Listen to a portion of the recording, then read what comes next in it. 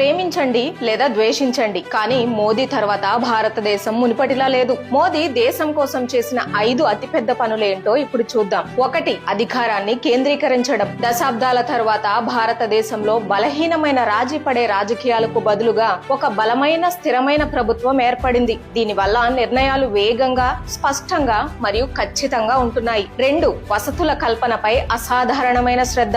హైవేలు, రైల్వేలు, మెట్రోలు, ఎయిర్పోర్టులు, దేశంలో ఎక్కడ చూసినా అభివృద్ధి పనులు. మొదటిసారిగా సామాన్య ఓటర్ల కళ్లకు స్పష్టంగా కనిపించేంత వేగంతో దేశంలో మౌలిక వసతుల నిర్మాణం జరిగింది. 3. జాతీయ గుర్తింపు. మొట్టమొదటిసారిగా ఒక ప్రధానమంత్రి మన నాగరికత, మన సంస్కృతి యొక్క గొప్పతనం గురించి, దాని గర్వం గురించి బహిరంగంగా మాట్లాడడం ప్రారంభించారు. ఇది భారతీయులు తమను తాము చూసుకునే విధానాన్ని పూర్తిగా మార్చేసింది. 4. Digital India. పేమెంట్లు, ప్రభుత్వ సంక్షేమ పథకాలు, డాక్యుమెంట్లు, పరిపాలన ప్రతిదీ డిజిటల్ మయంగా మారింది. భారతదేశం చాలా వేగంగా అతిపెద్ద స్థాయిలో డిజిటల్ దేశంగా రూపాంతరం చెందింది. 5. ప్రపంచ వేదికపై భారత్ స్థానాన్ని మార్చడం. భారతదేశం తన బరువు, తన శక్తి ఏంటో తెలుసుకుని ఒక పెద్ద ప్రపంచ శక్తిగా వ్యవహరించడం ప్రారంభించింది.